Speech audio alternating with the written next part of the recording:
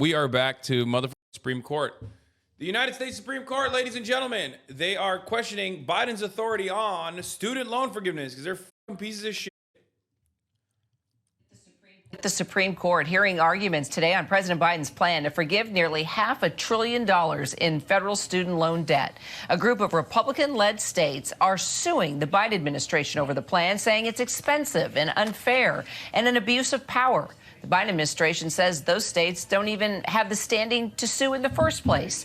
Joining me now, ABC News senior national policy correspondent Ann Flaherty, also Jay O'Brien, who covers the Hill for us. So, Ann, first off, let's just break down the case that's being heard today and talk about the implications here. So lots at stake, Kira, today. We have more than 40 million borrowers are eligible for this student debt relief. $1.6 trillion is owed to the Education Department. That makes it a major bank. It's a big portfolio of loans. So what's at stake for these 40 million Americans? It's the ability to invest in a home. It's the ability to start a family and start your own retirement fund. A lot of students saying they can't afford to move into that middle class without help from the government. The only thing that the government has offered them so far is a lot of loan debt. Kira. So then, Ann, it's such a big case, right? Because it impacts so many people. So let's just talk about the number of those individuals that this would benefit from this, and then what's at stake for them. So, well, certainly what a lot of Americans are talking about is their ability to move forward financially, especially in a tough economy. So when I've talked to students, one of the things that they say is that they feel that their loan debt is this albatross, essentially, hanging over their necks. They don't have the ability to put their money elsewhere or move forward. And this is particularly for families who, if you don't come from wealth. So if you don't come from wealth, the cost of college is astronomically higher than it's been in recent decades. So when we're looking at student loan borrowers that take 20 years to pay out their loan, that's the average. About $30,000 is owed for the average borrower, but we have about a quarter of borrowers that owe more than that. They owe $50,000 or more. So a lot at stake for these families who say they want to be able to move forward and invest in their future, and they can't. So how much do people owe on average? So it is about $30,000 in debt that the average borrower owes of these 40 million borrowers. And just to put that in perspective, Kira, this is about the same population as California, the size of California, owing all of this money to the U.S. government, the U.S. government being a major lender. It surpasses auto loans. It surpasses credit card loans. So the statistic that really has hit me is that black borrowers in particular, 20 years after they start school, they still owe 95% of their loan. That's because they've struggled to find high-paying jobs and because of the interest rates tacked onto this. Now, of course, the argument from Republicans is that this shouldn't be a supplement to families that only went to college. What about people who chose not to go to college? Yeah, no, totally. What about them? Yeah. It's just like, we should never, ever think about just, you know, abolishing student loan debts, making it so that, like, you know, becoming more educated and a more productive member, you know, uplifting the United States labor force overall, making that a, you know, less costly process. Let's not think about that. Let's pin people who didn't go to college against people who did and can't pay. Because, like, you know, there's always going to be someone who's worse off, always. So just shift the attention over to the guy who's fucking worse off, baby, and you win.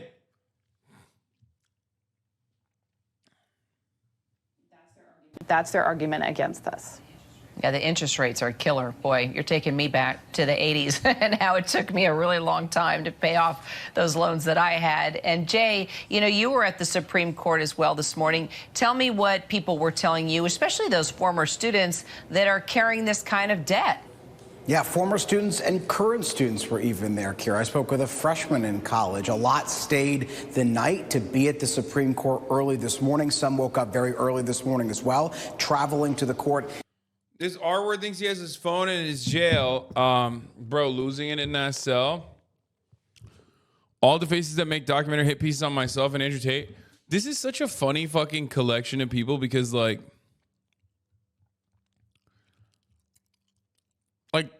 There's some handsome lads in here. Like, I don't get it.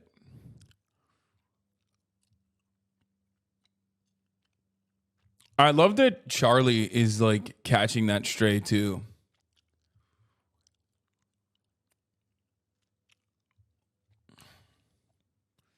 L hair arc.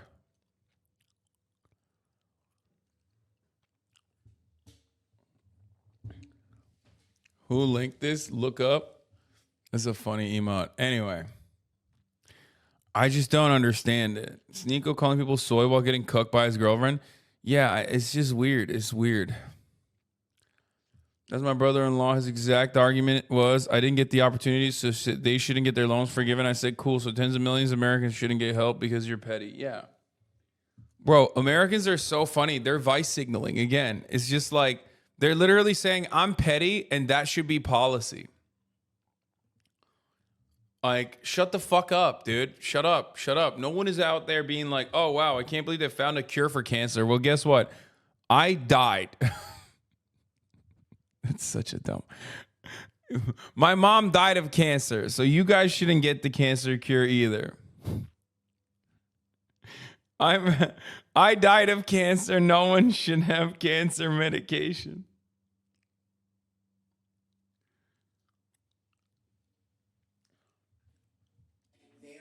There to make their voices heard about what they say is pivotal student debt relief that is helping them, as Ann said, plan out their financial future. I spoke with a few of them. Here's a little of what they told me. It would take a lot of stress off my family. It'd take a lot of stress off of myself, really, and it really takes away the anxiety and stress of just having to think about it on a daily, day-to-day basis. Saving money, focusing on my health is one thing that I want to focus on. When you're in a debt like that, 53 grand, my mom has more than that, you can't focus on anything but that. But the other people we spoke to there are lawmakers, are members of Congress, and we asked, if this gets overturned, what does Congress do from here? We talked to Ayanna Pressley, Democrat of Massachusetts. She said she wants the Biden administration to take some kind of other executive action if the Supreme Court were to overturn this. She didn't specify what that would be, and also, of course, she said that she's optimistic the court won't overturn this. We also spoke with Republicans who said, look, they believe, as Ann laid out, that this is an illegal executive action on behalf of the president. And they told us that these borrowers, they believe, made this. Bro, it's fucking insane. It's actually crazy that, like, they're blocking this, claiming it's illegal when it's not, but they're blocking this at the behest of, like, they try blocking it at the behest of, like, the Arkansas banks and shit. Like, God, I hate how fucking annoying and awful and evil, like comically evil, the Republican Party is. But I also despise the incompetence of the Democratic Party, who doesn't just like take this and turn around and go, hey, look at this shit, man. Look at how fucking unacceptable this shit is. Look at how awful this is. Look at what the Republicans are doing. Like, they should be just screaming this from the mountaintops. Like, Republicans make major, like, pivotal political moments out of innocuous shit that the Democrats do that they truly grossly extend to unimaginable lengths, where they will turn around and be like, oh, this Democrat came to Ohio, but he yawned while he was in Ohio, which, by the way, is a real thing. I'm not even kidding. That's a real thing that Tucker Carlson actually fucking covered. You know what I mean? A real thing that Tucker Carlson unironically covered. He was like, oh, yeah, he's yawning on the plane. It's like, bro, what do you mean? Like, what? Yeah, I mean, Pete Buttigieg sucks. But, like, who gives a fuck that he was yawning?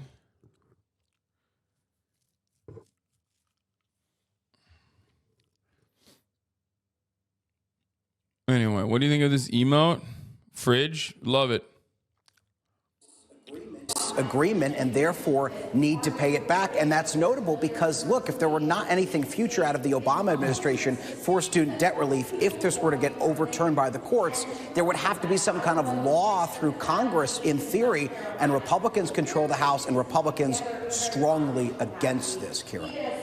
And Jay, this was one of President Biden's campaign promises, right? So what are lawmakers on Capitol Hill telling you, especially those who represent some of these states that are behind the lawsuits?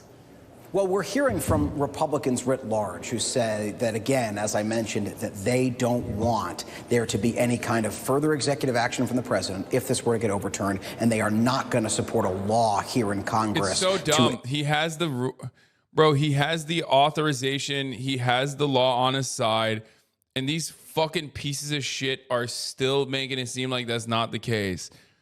Like, it's just made up. When are we going to realize that it's just all laws and our interpretations of said laws are completely made up, and we pick and choose depending on how we feel in any given moment, okay?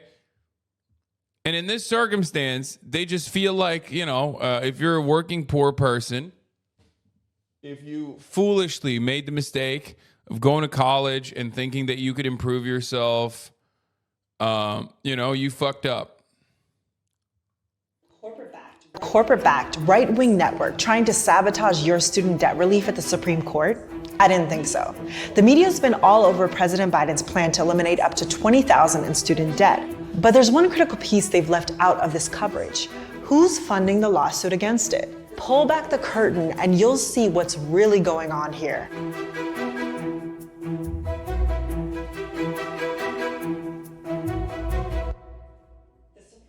The Supreme Court is hearing two cases that will decide the current fate of Biden's proposed student debt relief plan. One of those cases, Department of Education versus Brown, was ostensibly brought by a woman named Myra Brown from Texas. She argues that she's harmed by this debt relief plan because her privately funded student loans are not eligible to be eliminated. Ironically, she's already a beneficiary of debt cancellation. The government forgave her $48,000 Paycheck Protection Program business loan during the pandemic. But Myra Brown is just a patsy. The case was actually brought and funded by an extreme right-wing donor network, deceptively named the Job Creators Network. The group argues Biden's student loan cancellation plan should be struck down on the grounds that such relief represents government overreach and reckless government spending. Funny enough, that network is comprised of the same Trump-loving billionaires and corporations that were happy to be showered with the GOP's $1.9 trillion tax cut for the rich and countless corporate subsidies. The Job Creators Network even had their own debt canceled. Their $135,000 Paycheck Protection Program loan in 2020 was forgiven. The Job Creators Network passes itself off as just a bunch of entrepreneurs who care about small businesses. But let's take a look at who funds the group that is hell-bent on keeping you loaded with student debt, shall we? Let's start with Bernie Marcus, who organized the Job Creators Network in 2010 and just so happens to also be the co-founder and former CEO of everyone's favorite small business, Home Depot. Marcus is worth a whopping $8.8 billion and has showered the Job Creators Network with $3.9 million over the past decade. Marcus has no shame in using his billions to try to buy elections for conservative and far-right politicians who serve corporate power. He spent $64 million backing the likes of Mitch McConnell, Ron DeSantis, and Donald Trump, among others. And Home Depot happily accepted over $94 million of government subsidies. Apparently he's pro-government spending when it comes to corporate subsidies, but canceling student debt for millions of borrowers across the country, that's a bridge too far. He recently said that no one wants to work because they're all too lazy, too fat, and too stupid. Billionaire and Home Depot co-founder Bernie Marcus is blasting socialism, rightly so, for making things worse because socialism sucks. But he's not the only extreme right-wing donor behind the effort. Meet everyone's favorite hedge fund family of white nationalists, the Mercers. Perhaps you've heard of the Mercer family. The Mercers are mega donors who were probably more responsible than anyone for making Steve Bannon a household name and getting Donald Trump elected in 2016. They're also part owners of Breitbart News, which it seems never met a white nationalist it didn't like. Rebecca Mercer runs a pro-Trump group called Making America Great. They splurge on trying to elect right-wingers and have given over $1 million to the Job Creators Network. Who else is part of this hodgepodge of government-hating billionaires who love government handouts? None other than the Koch brothers, the OG billionaire backers of the right. The Job Creators Network partners include the likes of FreedomWorks and the American Legislative Exchange Council, or ALEC, groups that the co-donor network and its dark money empire has used in their ongoing corporate takeover of the US government. And that's not all. Those Ben Shapiro wannabes on campus with Turning Point USA, there's no such thing as white privilege or racism, so. Also a partner of the network. But it's not just individual far-right billionaires that are bankrolling the Job Creators Network. It's also big corporations themselves. The Retail Industry Leaders Association has given $4.6 million since 2012, and the National Restaurant Association threw in another $100,000. RELA and the NRA, yes, there's another NRA, are industry groups funded by corporations like Walmart, Home Depot, Dollar General, Starbucks, Olive Garden, Applebee's, and Disney. They've splurged millions upon millions of dollars lobbying to crush efforts For the record, to raise chat, I'm also eating a fluffy pancake.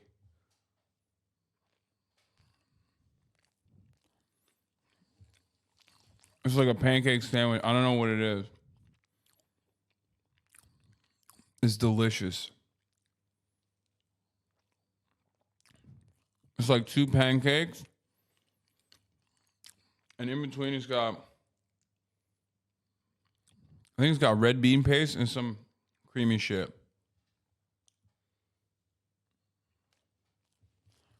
It's called a dorayaki. Okay.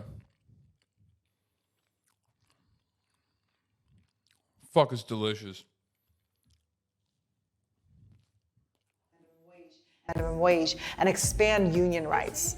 They say they're against government spending, but what they're really against is government spending for working people. Take it from Melissa Byrne, who has been on the front lines fighting for student debt relief for years.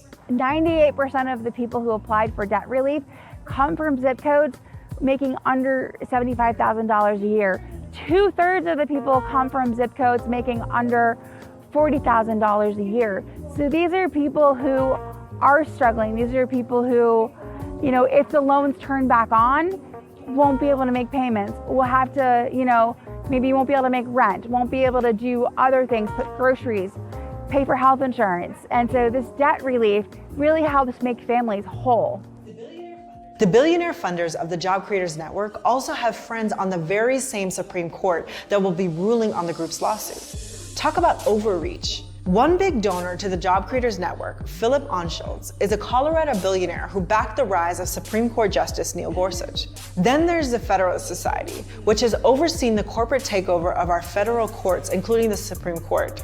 The Koch brothers and the small business entrepreneur Bernie Marcus are among the Federalist Society's top donors. Supreme Court justices like Samuel Alito, Clarence Thomas, and Brett Kavanaugh are openly chummy with the Federalist Society and have earned major applause from speeches at its events. And now they'll be deciding on the Job Creators Network student loan lawsuit, brought to them by the same big donors that give to their pals at the Federalist Society. And finally, just stay in the matrix with me for one more second. A slew of billionaires, industry groups, and think tanks that are all part of the same corporate ecosystem that supports the mission of the Job Creators Network, from the Cato Institute and the Manhattan Institute to Betsy DeVos and the US Chamber of Commerce, are also stepping in to back the group's lawsuit aiming to crush student debt relief. They're submitting statements of support for the lawsuit up for to the these Supreme Court, awful- and the Cato Institute even has Finally its standing own up for these big students, or not even like big people working in industry with student loan debt. Like, what the fuck?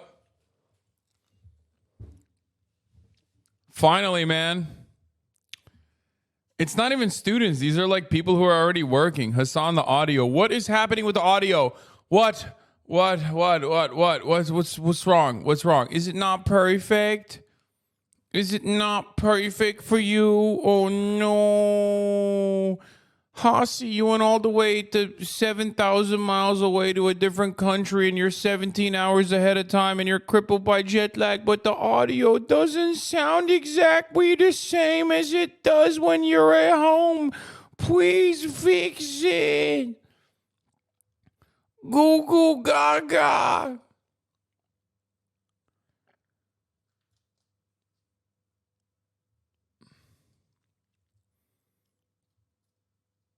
It sounds fine. It's just not synced.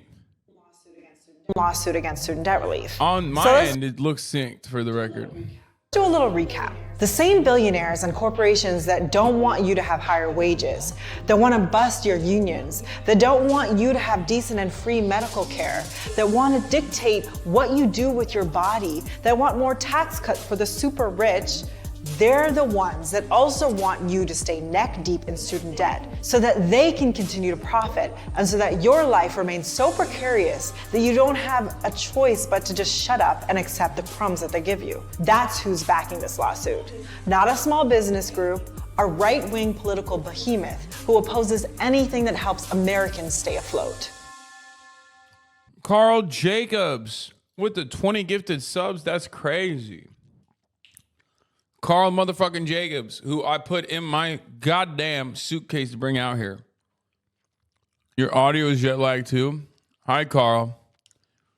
Carl, I'm glad you're here to listen and see all these fucking Google Gaga ass, baby ass chatters going baby mode out here. Going straight baby. And I'm not even talking the baby. I'm talking like straight baby shit. Okay? Goo goo gaga shit. Going, oh my God, there's a 1 microsecond audio desync and it's actually going through my studio headphones that I purchased specifically so I could hear your fucking follicles crust over, okay? I'm sorry, I got these open back studio headsets that are $7,500 per per ear. You understand? I'm a fucking audiophile. You know how difficult life is for me? I'm an audiophile, man. I have to tell people all the time how expensive my open back studio headsets are, okay? Do you get it? Do you understand? And now, when I'm fucking wearing these goddamn studio headsets, when I'm wearing these motherfucking headsets, I turn around and I end up hearing your mouth noises and it makes me get really fucking annoyed, you know? How dare you?